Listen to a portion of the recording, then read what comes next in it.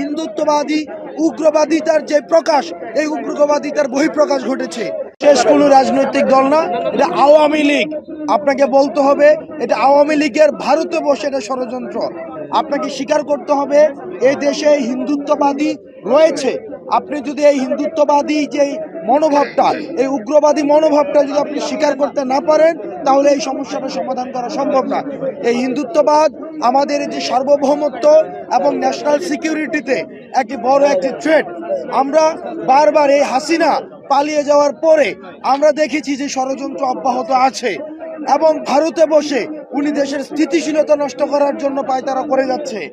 এই কারণে এই যে ঘটনাগুলো ঘটছে, গতকাল সাইফুল ভাইকে নৃশংসভাবে যেভাবে হত্যা করা হয়েছে, সেটি হচ্ছে হিন্দুত্ববাদী উগ্রবাদিতার যে প্রকাশ, এই উগ্রবাদিতার বহিঃপ্রকাশ ঘটেছে। সেজন্য সাইফুল ভাইকে যারা এই যে এভাবে হত্যা করেছে তাদের বিচার করতে হবে। ইসকনকে এই উগ্রবাদিতা ছড়ানোর জন্য নিষিদ্ধ করতে হবে। আমাদেরকে স্পষ্টভাবে বলতে হবে এই দেশে ভারতীয় হিন্দুত্ববাদিতা রয়েছে, হিন্দুত্ববাদিতার আগ্রাসন রয়েছে।